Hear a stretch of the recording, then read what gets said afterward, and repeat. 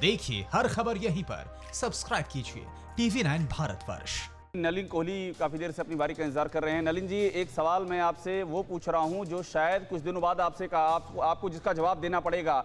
मौलाना साहब की जब गिरफ्तारी होगी, गिरफ्तारी तो होनी तय है, कब तक बचेगा कानून के शिकंजे से, तो शायद आपको इस सवाल का जवाब देना पड़ जाए। उनके समर्थक तब शायद ये पूछेंगे कि गिरफ्तार क्यों किया भाई, वो तो कानून के सवालों का जवाब दे रहे थे, गिरफ्तार क्यों किया।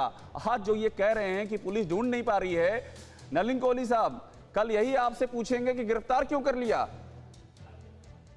अरविंद जी ने बहुत खूब इसको समझाया कि एक एब्सकॉन्डर डिक्लेयर होने की ऑलमोस्ट कगार पे तो आ ही गए हैं और उसको अटैचमेंट का नेक्स्ट स्टेप हो जाएगा। लेकिन मैं दो चीजें कहना चाहूंगा।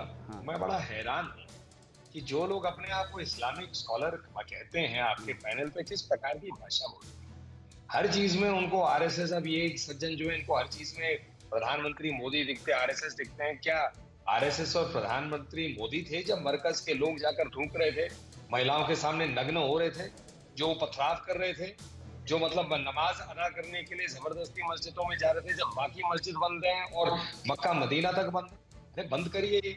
आपके आदमी ने गलती किया है, सारे मुसलमानों के थोड़ी ना वो प्रतिनिधि है। मुसलमान स्कॉलर्स जो है उनकी निंदा कर रहे हैं, पर आप पेंट करना चाहते हैं कि यही है। ठीक है, करिए, आपका समाज अपने आप इसका जवाब देगा। और दूसरे बिलाल जो है ये भी अद्भुत आदमी। मैंने कहा शब्द गुंडा का प्रयोग किया, मतलब मेरे कंधे से आपको अगर कुछ चलाना है तो चलाइए, लेकिन मेरे शब्दों पे अपने मुंह से शब्द लगाकर मेरे पे मत जोड़िए। नहीं बिल्कुल, ये अपनी बात शांति से कहता हूं। ये तो मैं भी कह रहा हूं कि इस पैनल में, इस डिबेट में आपने ऐसे शब्दों का इस्तेमाल नहीं किया जो बिलाल खान आपके बारे में कह रहे थे। और बिलाल खान, यही सवाल है, आपने इस डिबेट में तो नहीं सुना होगा कम से कम। अब दूसरी तीसरी किसी डिबेट में आप शामिल हुए हैं तो उसको यहां मत शामिल करिए। यहां इस डिबेट में सीधा सवाल हम आपसे पूछ रहे हैं और सीधा जवाब एक्सपेक्ट करते हैं कि आप देंगे, हालांकि अभी तक आपने दिया नहीं। आपके साथ कानून के 3 बड़े जानकार हैं। खुद नलिन कोहली सुप्रीम कोर्ट के लॉयर है, हमारे साथ यूपी के फॉर्मर डीजीपी हैं, ईडी के बहुत बड़े अधिकारी रह चुके हैं यहां पर आशीष जी।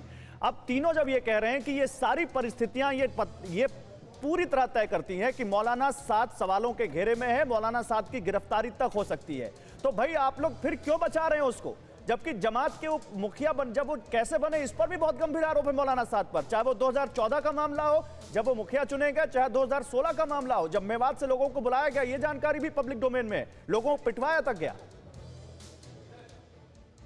सर, बीमारी को बीमारी की तरह देखे, जब हमारे देश के प्रधानमंत्री ने कह दिया न गोरा न काला न धर्म न जाति, इसमें कुछ नहीं देखा जाएगा, कार्रवाई करिए इसके ऊपर।